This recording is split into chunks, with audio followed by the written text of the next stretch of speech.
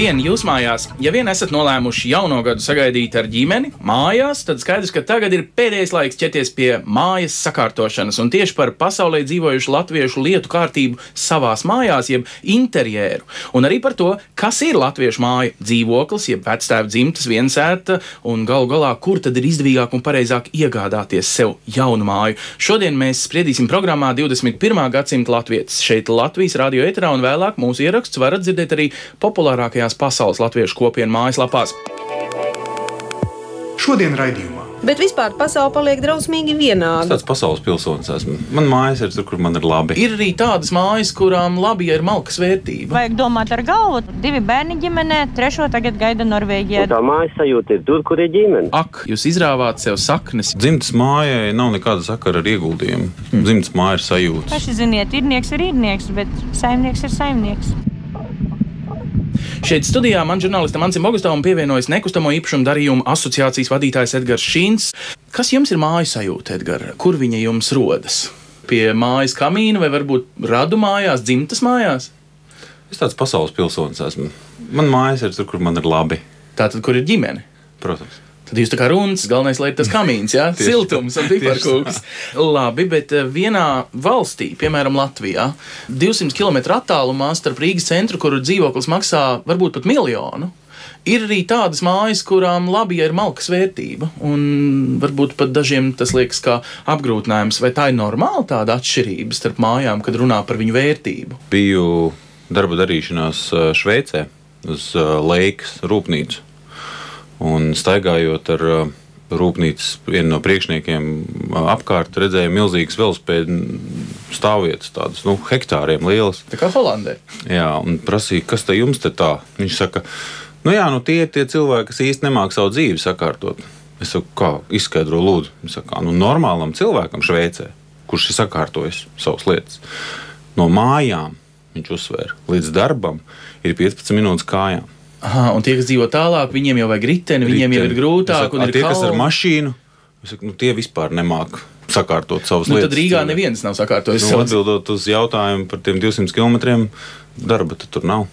Tātad tas ir loģiski, normāli, un atšķirība starp 200 latiem un varbūt 200 000 latu par apmēram to pašu platību un to stāvokli ir normāla urbanizācijas pakāpe pasaulē. Diemžēl.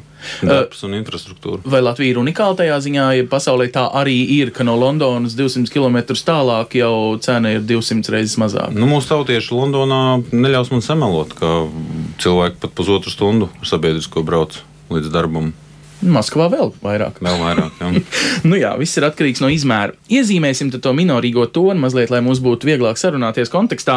Mūsu radio korespondente Austrumlatvijā Silvija Smagare no Vaboles, Līksnes un Kalupas pagastiem, kas ir tikai pārdesmit kilometrus no Latvijas otras lielākās pilsētas Daugavpils, devās un secināja, ka nemazums māju šajos svētkos, kā jau visu pēdējo 10 gadi, paliek tukšas un drūmas. Viņu saimnieki atraduši sev vienkārši labāku dzīvi citur.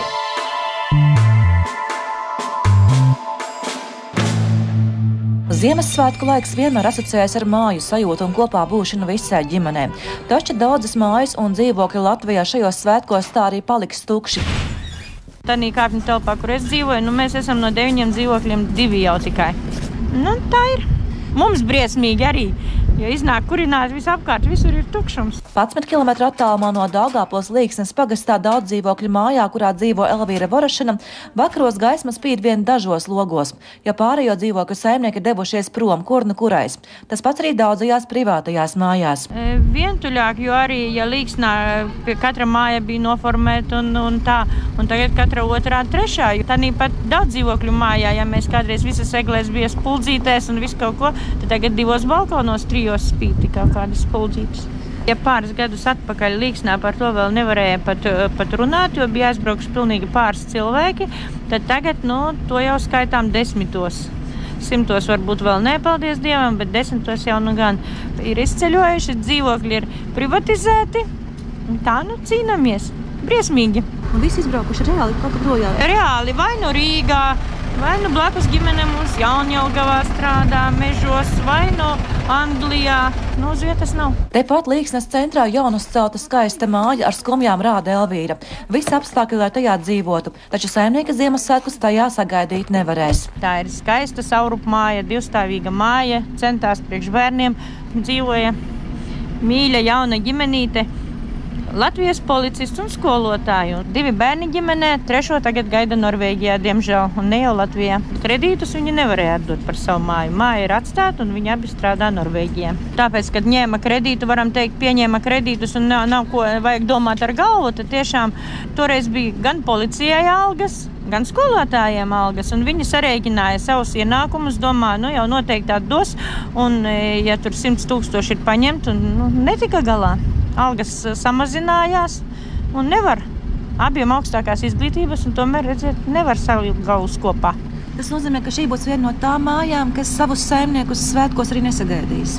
Šajos svētkos nē, bet bija atbraukuši ciemos vasarā, un tad puisītis ļoti emocionāli stāstīja mums, ka vēl ir palikuši mums 4 vai 5 gadi, un tad tētis naudu būs atdevis, un tad mēs atgriezīsimies mājās. Var just, ka bērni tiešām ļoti, ļoti grib atpakaļ uz Latviju. Labi, ka tā māja paliek sakopta, un vismaz māja nav tukša. Tukša nav, jā. Skursteni skūp, jo tur ir ielaisti cilvēki, kas iznomāta māja, draugi, kas, teiksim, pieskata, bet tie skatieni, kad viņi atbrauc, bija sāpīgi, ka viņi brauc garām, un tomēr, ja tev ir māja uzcelta jauni, iedomājieties interjērs un tā, un tagad tur mājās dzīvo, tomēr cita ģimene ar maziem bērniem, viss nobružāts, teica, sāpīgi, ļoti sāpīgi. Paši ziniet, īrnieks ir īrnieks, bet saimnieks ir saimnieks. Citi ir, kas ielaiž arī īrniekus un tā uzticas kādai personai, kuru viņi tūlu labi pazīst, bet ir arī tāda viena daļa, kur paliek tās mājas. Paliek tās mājas. Bēdīgi tad, kad izbrauc, un tad, kad pavadām uz Kapu kalniņu, un tad skatāmies, un tā atkal ir pēdējā māja šai ciemā. Nevienas dzīves dvēselītes nav. Daudzas tukšas ieputinātas mājas savus saimniekus Ziemassvētku laikā nesagaidīs arī kaimiņu Vaboles pagastā. Valentīna Skriņde stāsta, ka no viņu dzimtes uz ārzemēm darba meklējumus izbraukusi lielākā daļa ģimeņu. Viņa ir vienīgā, kas šobrīd aprauga dzimtes mājas, lai tās neaizietu postā. Tukša, diemžēl tukša un ieputināta šogad stipri. Jā, tukša. Es tur parasti tā pieskatu to māju. Es tā pieskatu, jo tas ir man ļoti tuvas, tās ir vīra dzimtas mājas. Vismaz reizi nedēļā, vai tur varbūt ir retāk, jā, bet man ir ļoti tuvu no manām mājām, teiksim, kaut kur puskilometru tās mājas. Es tur vienmēr pieskrienu un paskatos, ja ir laiks brīvs. Mēs visi esam uz to, ka būtu Ziemassvētkos mājās, bet ir tas tukšums. Izradušie daudzie ciemi, tumšie logi dzīvokļos un sniegotie netīrītie ceļi līdz mājām, kurās vēl netik sen kopā ģimenes rotāja savu Ziemassvētku eglīti, ir reāla liecība par to, cik daudzas ģimenes ir pametušas Latviju un cik daudz nepiedzīvos savu māju sajūtu šajos svētkos, atzīst arī Daugavpils novada sociāla lieta nodaļas vadītāja Anna Jagoreva, kura pati ikdienā dzīvo nelielajā Kalupes pagastā un pati dienā redz šos daudzos pamestos īpašumus. Gan ir tukši dzīvokļi, kur ir īpašnieks, bet viņš ir ārzemēs, bet to dzīvokli uztur un apmaksā. Un ir arī mājas tukšas, protams, tie, kas brauc projām, viņi jau dažādus variantus meklē, vai kaimiņus, lai pieskata, vai īrniekus ielaiž uz to brīdi, kamēr viņu nav. Kalupē, piemēram, daudz dzīvokļu māja, un man pašai blakus ir dzīvoklis, kurā dzīvokļa saimnieki ir devušies darba meklējumos tepat uz Daugavpili, bet otra ģimene atkal ir aizbraukuši uz Dāniju, lai meklētu darbu. Bet savā starpā mums ir tāda noruna, ka mēs tomēr tos dzīvokļus pieskatām. Bet ir arī tā, ka aizver un aizbrauc.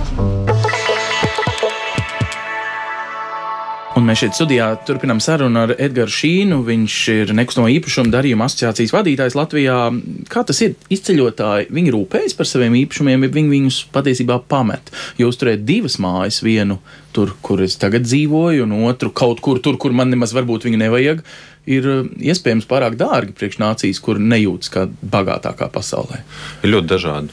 Sākot ar to, ka cilvēki pārdod, ja viņi var, protams, pārdot, un beidzot ar to, ka vienkārši aizmirst uz kādu laiku. Bet lielākais vairums, protams, cenšas izīrēt. Tomēr ir atsevišķi stāsti par šīm attiecībām ar bankām, un varbūt, ja cilvēks brauc projām, lai varētu nopelnīt naudu savu saistību apkalpošanai, tad tas ir kaut kāds cits stāsts. diezgan bēdīgs varbūt gadumīs laikam. Vai mēs varam atļauties tā domāt, ka mums ir svarīgi paturēt to māju šeit, pat ja mēs patiesībā pēdējos 10 gadus dzīvojam citur, vai tas ir to vērts no tādas pasaules redzējuma viedokļa? Amerikā cilvēki, es saprotu, maina mājas kā gandrīz zeķes atkarībā no tās vietas, kur viņš strādā, nopērk tuvāk darbam. Mēs esam vienkārši tā pieraduši piesiet sevi šai mājai. Piesātinātā tirgū faktiski ilgstošā periodā, ja mēs skatāmies kādiem 5-10 gadiem, tad ir pilnīgi vienalga, vai tu īrē vai pērc, tīri tāda finansiālā viedokļa. Tas ir apmēram viens un tas pats. Te, protams, ir atšķirība māju sajūtā, varbūt ir atšķirība, ja izdodas trāpīt augošā tirgu, tad var kaut ko nopelnīt, kur pretim, ja krītošā, tad pazaudēt. Tā kā lielas starpības, ja skatās tīri no naudas viedokļa, nav. Jā, bet Latvijam vienmēr ir svarīgi tas, laikam, romantiskais nosaukums savs kaktiņš, savs stūrīt zemes, ko novēlēt maz bērniem. Varbūt viņus pat apgrūtinot tādā veidā, bet, kad es īrēju, tad tas nav mans, es kādam citam faktiski maksāju. Es piekrītu tajā sadaļā, ja cilvēks ir ko mantojis, vai viņam jau ir šis īpašums. Ja cilvēkam stāv priekšā šī iegāde vai māja iegūšana, ar to kredītu nepieejamību, kāda viņa ir šobrīd, un par to nepārliecību, kāda būs tā nākotne, un cik stabilitās lietas tur turēsies kopā, ļoti daudz izšķirs tomēr par īrēšanu, un mēģina sev pozicionēt tā, lai arī īrētā mājoklī dabūtu šo māju sajūtu. Vai viņa ir pareiza attieksme ar domu, ka varbūt jebkurš cilvēks ne jau tikai ekonomiski iemesli dēļ vienkārši vēlas vecumdienas, piemēram, pavadīt citā valstī, kaut kur varbūt jaukāks klimats vai kā savādāk, un ka ir labi sevi tā nepiesiet, tikai noīrēt tos 20 darba mūža gadus un pēc tam noīrēt tos, pensijas gadus kaut kur citur. Tā ir vieglāk dzīvot mūsdienās pasaulē, globāli domājušam latvietim. Cilvēkiem, kas spēj racionāli pie šīm lietām, protams, ir jārēķinās ar to, ka katrus 5 gadus dzīvē pilnīgi viss mainās. Atkarībā no tā, vai viņš ir viens, vai viņam ir otra puse, vai viņam ir mazi bērni, vai lielāki, vai pavisam lieli amerikāņi, kur šis tirgus ir ar vislielāko vēsturi un tāds ļoti dinamisks. Viņi cenšas reizi 5-7 gados pilnīgi visu savā dzīvē samainīt un nekam tā ļoti nepieķert. Kolosāli neuzkrājās daudz lieku lietu mājās, vai ne? Tieši tā. Mēs varbūt neesam tik amerikāniski un mums, protams, ir sava mentalitāte un sava pieeja, bet tas, ko mēs redzam, ir, ka tomēr aizvien vairāk cilvēku kļūst mobilāki. Viņi izvēlas būt tādā vieglā pietupienā. Un tas ir pareizi, jūs domājat, no tāda nākotnes redzējuma viedokļa? Lietas pasaulē kļūst dinamiskas. Kā gudri cilvēki saka, vienīgā konkrētā vai pastāvīgā lieta būs tā tuvākajos 5 gados, ka nekas nebūs pastāvīgs. No šī visa konteksta mēģināsim sarunā iesaistīt Māri Stuļģi. Viņš dzīvo Briselē no jau vairākus gadus. Sveicināt, Māri, jūs esat nesen iegādājies savai ģimenei māju Beļģijā. Kādēļ jūs izšķīrāties iegādāties, nevis ilgstoši īrēt? Patiešām, mēs jau aptuveni 7 gadus dzīvojam Beļģijā. Sākotnēji pirmos 4 gadus mēs īrējām dzīvokli. Un tad, paskatoties uz tām cenām, kuras ģimenei ir jāmaksā par īrētu īpašumu, vai uz tām cenām, kuras ir jāmaksā, ja māju paņem kredītā, viņas ir salīdzināmas. Šajā gadījumā tas lēmums bija praktisku motīvu vadīts. Māri, bet skaidrs, ka tas jautājums uzreiz ir, jūs izrāvāt sev saknes, jūs mēģināt tagad iesakņoties Beļģijā, un varbūt jūsu vecmāmiņa visdrīzāk tai mirklī negrib šito dzirdēt. Viņa saka, paklau, es tev atdošu tūlīt visu savu mantojumu, ņem manu māju rekur Latvijā. Es zinu, ka jums ģimenei ir arī īpašums Latvijā, vai viņš ir jūsu acīs vienlīdzvērtīgs kā jūsu māja Beļģijā? Tas jau ir grūts jautājums. Uz viņu es atbildētu savādāk, varbūt tās pēc 1 vai 2 gadiem nodzīvojot Beļģijā, bet tagad nodzīvojot 7 gadus Beļģijā, arī mana sieviņa, kura sākotnēji bija varbūt nepārāk par dzīvošanu Beļģijā, arī šobrīd viņa uzskata, ka tā mājas sajūta varbūt vairāk tomēr ir Beļģijā. Un ne jau tāpēc, ka šī valsts ļoti patīk vai kādu citu iemeslu dēļ, bet tādēļ, ka šeit ir ģimene. Un tā mājas sajūta ir tur, kur ir ģimene. Māri, vai jūs izvērtējāt arī no tāda ekonomiskā ieguldījuma viedokļa, vai jums atmaksājas varbūt to Briselē nopelnīto naudu ieguldīt īpašumā Latvijā, kur taču esot augoši tirgus, nākotnē mēs noteikti kļūsim vēl bagātāki, vēl kāds gribēs no mums pirkt? Tas domgājiens bija tāds, ka Latvijā mēs jau ieguldījām pirms aizbraukšanas uz Beļģiju. Un tajā brīdī, kad Latvijā sāka gan grūti to kredītu izmaksāt, gan arī radās labs darba piedāvājums Beļģijā, tas lēmums nāca it kā pats par sevi. Un Latvijā mums ir arī ļoti jauks lauku īpašums, kurā, es pat teiktu, mani vecāki ar dvēseli jau ieauguši un tātad ļoti, tā teikt, apčubināts. Bet Beļģijā tas bija praktisku motīvu vadīts, pieņemts lēmums. Mums ir samērā veca rindu māja, kura ir tuvu skolai, līdz skolai 10 minūšu gājiens. Tas kredīts, kur es maksāju bankā, viņš ir nedaudz lielāks, nekā mēs maksājam par daudz mazāku dzīvokli īrējot. Labi, ļoti racionāls lēmums. Māris, sirsnīgs paldies par padalīšanos ar to māju sajūtu, kāda ir jums, un priecīgus svētkus. Paldies, liels Ants. Paldies Mārim. Tas bija Māris Stoļģis no Briseles, un mēs te ar Edgaru Šīnu un Nekustamo īpašumu asociācijas pārstāvi runājam tālāk, kā tas ir ar šiem cilvēkiem, vai viņi mazliet nekropļo tirgu.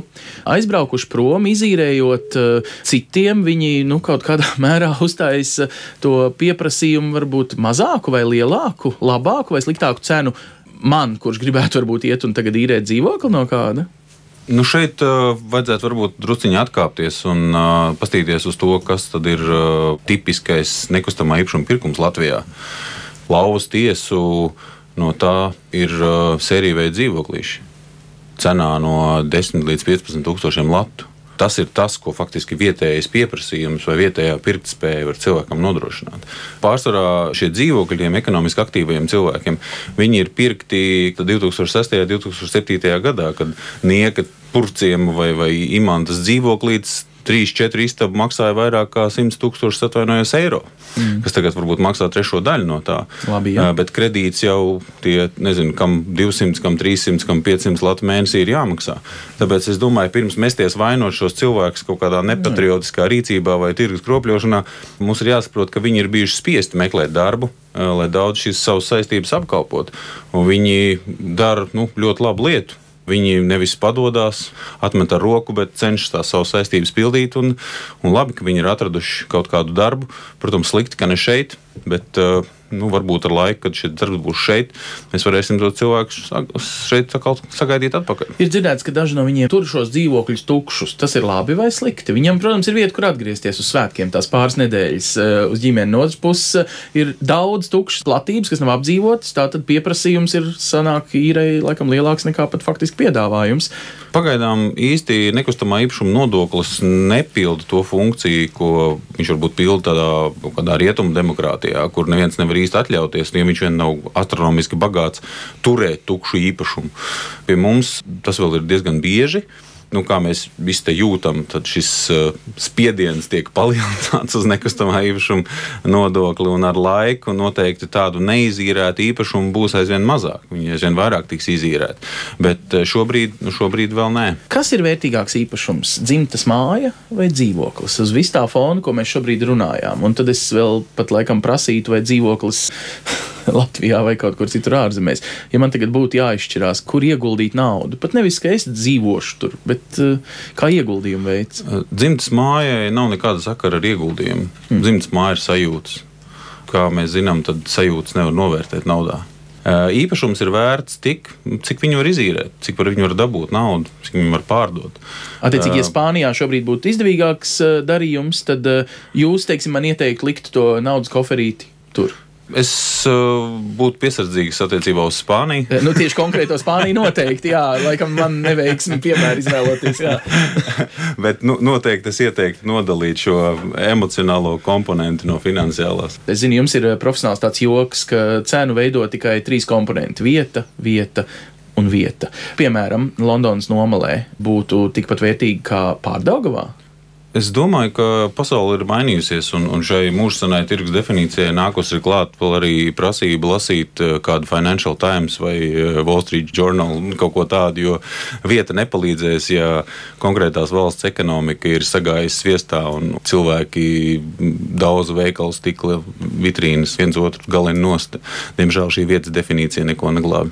Mums gan tie bija tādi senāki notikumi, par kuriem dažus apcietināja, un vairs kopš tā laika neviens neko tādu nav mēģinājis Latvijā, bet pasaulē tas notiek ar vien biežāk. Grieķijā tas ir tagad dienas kārtībā. Jā, un vēl viens aspekts ir tā saucamie rietumu latvieši, kur, protams, ir uzkrājuši lielāku kapitālu, viņi ir vai nu iepirkuši vai mantojuši šīs savas mājas, ne dzimtas vienmēr mājas, bet namīpašums Rīgas centrā, un paši šeit nedzīvodami izīrē viņus. labi, slikti, pareizi, vai tas ir dārgs īres tirgus, viņš ir liels un nozīmīgs spēlētājs. Nu, kāda jēga dzīvot Austrālijā vai Amerikā un turēt sev kaut kādu tur īpašumu, kur faktiski apsaimnieko citi? Šeit arī noteikti ir būtiski sastāvdaļa šī emocionālā komponente. Es daudz tādus cilvēkus pazīstu, kur neskatās varbūt racionāli uz šo lietu. Viņi noteikti varēja kaut kādā tur tirgus karstumā šo īpašumu dārgi pārdot un to naudu varbūt ieguldīt izdevīgāk. Bet acīm redzot, šis patriotisms, šī vēlme kaut kā Latvijā kaut ko paturēt, dara savu. Un īres tirgus jau dzīvo savu dzīvi. Pieprasījums un piedāvājums viens otru kaut kā medī. Ar tirgu viss būs kārtībā, neatkarīgi no tā, kas tieši ir īpašnieki. Liels paldies, Edgar, jums, Edgars Šīns, nekustamo īpašumu asociācijas pārstāvis šeit, un mēs turpināsim ar mazliet citu tēmu. Paskatīsimies no mājas iekšienes.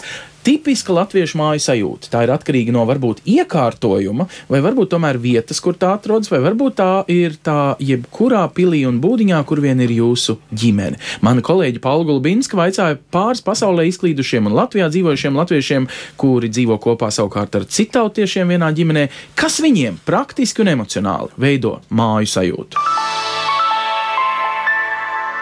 Dzīvojot 3 gadus Anglijā, ir izdevies izveidot mājas sajūtu, skatoties, kādas ir angļu tradīcijas, var paņemt no viņiem kaut ko, izveidojot mājas sajūtu un arī to, kas ir tas latviskais. Bet sākumā to ir ļoti grūti izveidot. Tad, kad tiek izīrēta māja vai istaba, visas sienas, visas ir bešķīgos toņos un reti kurš saimnieks ļaus pārveidot pēc savas gaumes. Viss šeit ir paklājos, grīdas, pat toaletēs ir. Ja zinām, ka mēs esam uz ilgu laiciņu šo mājokli paņēmuši, tad mēs varam kaut ko paši pēc savu prāta darīt un rīkoties. Protams, arī izvēlamies krāsainākas tās visas lietas, jo šeit viss ir tāds balss, nekāds, tā var teikt. Te mājas ceļ tā, ka ļoti slikta ventilācija un bieži kaitē mums pelējums. Tāpēc arī mēs neatļaujamies bieži taisīt tur pašu remontu, jo zinām, ka dēļ lietainiem laika apstākļiem pelējums parādās atkal. Un ar to te cīnās ļoti daudzi. Vai jūs no Latvijas ņēmāt kādas lietas līdzi, kas jums tā kā atgādinātu par mājām?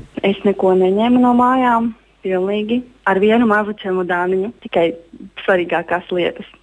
Bet ar laiku tas viss cilvēki paši visu atved ar pārvadātājiem, atved kādu mēbeli, kādu mīļu lietu. Tā sajūta, kas mums veido to mājas sajūtu, tas īstenībā ir vairāk vai mazāk ap virtuvi viss, kas ir saistīts. Jo arī tad, kad mēs braucam no Spānijas, teiksim, uz Latviju atpakaļ, tad mēs vienmēr vēdam spāņu sierus un garšvielas un vītinājumus un saldumus. Un arī tas, ko mēs gatavojam mājās, bieži vien tas ir tāds spāņu ēdienu, un tas arī veido to mūsu specifisko mājas sajūtu. Vakariņojam mēs kopā, un tas mums arī ļoti svarīgi ir, lai būtu, teiksim, virtuve tāda tā kā tāds mājas centrs. Un tad, kad mēs, teiksim, izvēlējāmies dzīvesvietu, tad mums bija ļoti svarīgi, lai virtuve būtu atsevišķa un tāda pietiekami plaša, lai tur visi var sasaisties, lai nav tāda virtuve, kas ir kopā, teiksim, tā kā amerikāņu virtuves, kad ir kopā ar dzīvojamo istabu. Ja tā skatītos no malas, tad drīzāk būtu vairāk tāds skandināvisks nekā spānisks, bet es pieļauju, ja mums būtu, teiksim, sava lauku māja kaut kur ārpus pilsētas, domāju, ka tur starp kaut ko tādu tīri latviskāku iezaktos arī kaut kas spāniski etnisks. Jā, un vai patiešām pastāv tāds īpašais latviešu mājas iekārtošanas stils, lai kurā pasaules malā tas būtu? Šeit Rīgas studijā man pievienojas gleznotāja, interjerists Lilita Upeniece un interjera dizainers Valdemārs Lazdiņš. Sveicināti, vai ir tāds tipiskais latviešu mājas stils? Man liekas, tāds tipisks latviešu stils, to tādu mums būs ļoti grūti atrast. Tas ir Brīvdabas muzejā vienīgi. Un Rīgas pilī, piemēram, Anša Cīruļa interjers. Jā, interjera mēbeles, jā, bet tā ir... Nacionāla romantika. Jā. Gandrīz gadsimtu veca. Principā tie interjeri, kādi šodien veidojās, ja mēs pastamies Rīgu vai rajonu vai privāto māju vai dzīvokli, ja, tad viņi ir samērā tādi bezpersoniski, ja, jo kādēļ? Faktiski no vienas puses tas ir loģiski, jo tā funkcija, kas ir nepieciešama cilvēkam šodien dzīvošanai, ja, lai mēs visu to uztaisītu vienā kopējā stilā, tad šodien mēs izmantojam tos materiālus, ko mēs uzskatām šodien par tādiem avangardiskiem vai modīgiem vai stilīgiem. Bet ienes arī tādā interjerā, kas ir veidots, šiem materiāli ienest vienu skaistu pūrlādu vai nolikt to sveču tur vienā īstā vietā, viņš tikai bagātinātu faktiski šo interjeru. Bet jāsaka tā, ka ļoti daudz tam nepievērš uzmanību, tādēļ, ka tas piedāvājums faktiski, tas izskaidrojums netiek dots. Tas izskaidro, kāpēc etnogrāfiskajā brīvdabas muzejā cilvēki šobrīd iet skatīties uz ik pavasara to lielo gada tirgu, nevis pirkt, par ko sūdzas tie pārdevēji, ka līdz šim to pirka kā tāda interjera detaļa. Lilita, kādas ir tipiskās latviešu krāsas? Vai var tā teikt, ka jūs esat bijusi Francijā, Kanādā, tātad daudzos kontinentos, kur jūs esat redzējuši latviešu dzīves vietu, vai var teikt, ka kaut kādi pasteļtoņi un zemestoņi dominē? Jā, protams. Visi nosauc parasti latviešu pelēkais, smalkie toņi, rīta miglā, tur zilāks krūmiņš vai tur zaļāka pļaviņa, viss noskaņots. Un, jā, latvieši baidās no kaut kādām košām krāsām, kaut kādiem akcentiem. Varētu būt, ka mums par pelēkajiem neinteresantiem uzskata citautieši. Tas ir savs smalkums. Tu saskati to bagātību tajās niansēs. Vieglāk uzreiz sarkans melns vai cik skaisti krāšņi. Bet tādās pelēkās krāsas noskaņotās, tās ir daudz vieglāk tā kā izmantot. Ja tev ir māja tādos pasteļtoņos, kā tu saki, tad jau tur arī var uzreiz nodemonstrēt kādu gleznu vai kādu košu priekšmetu vai tās pašus zirgadeķus. Ja fons ir pelēks, tur daudz var krāsot.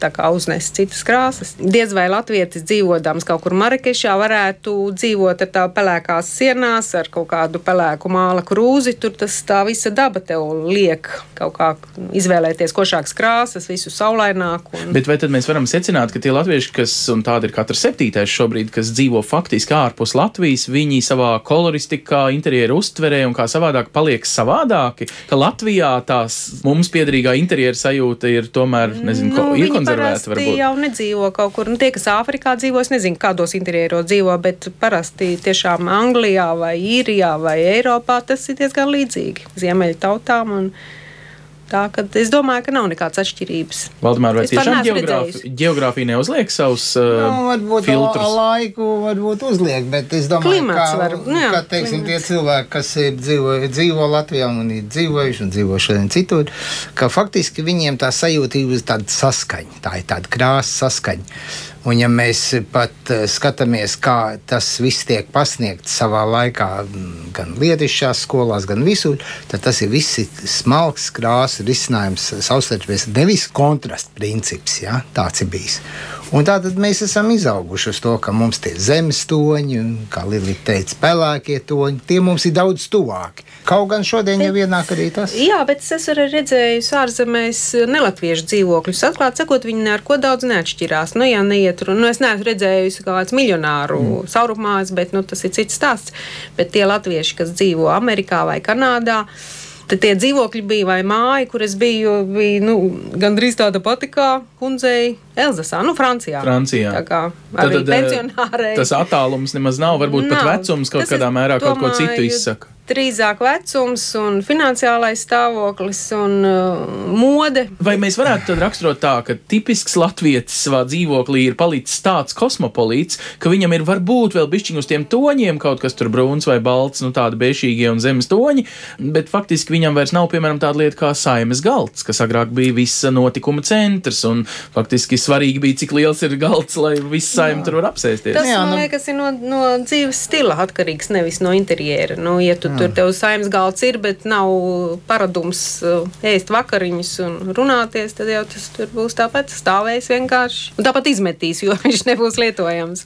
Visu to kopā savēlkot, labi vai slikti? Mēs esam labi uzsūkuši pasauli un izšķīdinājuši savējo īpašo, jeb tam nemaz nevajag tā pievērst uzmanību. Vienkārši, pasauli mainās. Pasaule mainās, bet cilvēks jau faktiski ir tāds, ka viņš grib uzturēt sevī to, pie kā viņš ir pieredzis, kur vidi, kurā viņš ir audzis. Un mēs zinām arī, ka cilvēki pasaulē braucot, viņam tomēr līdzi, vai tas ir viens priekšmets, atbraucot ciemos, iegādājās šeit, tad viņš jūt, ka viņam šī nepieciešamība, šī vajadzība pēc viena skaista vai māla izstrādājuma, vai pēc kaut kā viņam vajadzība. Un tieši no šejienes, vai ne? Tādēļ, ka neapšaubām ir tie paši svečturi un tie paši podi un trauki, un tā ir jau gan skaisti šeit Latvijā, vai ne, vis tās emālis un tā tālāk. Un tie cilvēki jūt, ka viņiem tas ir vajadzīgs, viņiem tas priekšmets. Varbūt tāpēc, ka tur tādu nav. Bet vispār pasaule paliek drausmīgi vienāda. Veikali visi ir vienādi. Kādreiz mēs priecājāmies, Japāņi bija tik šausmīgi atšķirīgi, jo viņi bija tik izolēti, cik daudzus gadsimtus, un viņi bija pilnīgi attīstījušies kaut kādā citā veidā. Nu, tagad viņi atkal ir līdzīgi amerikāņiem, un vienīgais, kas ir palicis kimono un viņu grafika, nu tā. Bet tad jau gan arī žēl. Mēs ar savu saurupumu un īpašumu varētu būt maza, interesanta, koloristiska, tāda savādāka. Tieši tā, jo man liekas, tie daudzi arī ārzemnieki, kas brauc uz šejienu, kā viņi staigā pa veikaliem tiem pašiem, kas ir Vācijā vai Francijā vai Itālijā un mēģina atrast kaut ko varbūt, kas būtu savādāks. Nu jā, tāpat kā mēs braucam uz Indiju un tur pērkam viņu visus lietiņas un tādas, kāds nav šeit sastopams. Priecāmies, kā viņiem ir visi tie visas viesnīcas vai bungālā vai kaut kas. Jā, bet par tiem, kas ir aizbraukuši, teiksim, prom, ja mēs pastamies, tad viņiem jau tas saikni zūd. Viņš netaisīs tur kaut kādu latvisku interjeru un tā tālāk, bet šo atsevišķo priekšmetu viņš labprāt gribēs, vai ne, lai tas atrodās viņam tūmā un tas viņam kaut ko izsaka varbūt daudz vairāk nekā tiem cilvēkiem, kas dzīvo šeit uz vietas. Sirsnīgs paldies! Es šeit Rīgā saku interjeristei un gleznotāji Lilitai Upeniecei un interjeru dizainerim Valdemaram Lazdiņam. Cerams, ka mūsu padomi šodien noderēja daudziem, kuri šobrīd poš savas mājas, jo jāsagaida jaunais gads, jo nesapostā mājā jauno gadu sagaidīt nedrīkst pēc senas latviešu tradīcijas. Lai kur būtu jūsu māja pasaulē, novēlu jums izdevušos jauno gadu un tiksimies tad pēc apaļas nedēļas jau jaunajā gadā šeit Latvijas radio ēterā vai arī Pasaules latviešu kopienu mājaslapās, kur mūsu programmas ieraksti arī ir atrodami. Laimīgi jauno gadu! Raidījumu veido Ancis Bogustovs, Paula Gulbinska un mūsu ārzemju korespondenti. Raidījumu producents Lūkas Rozīts.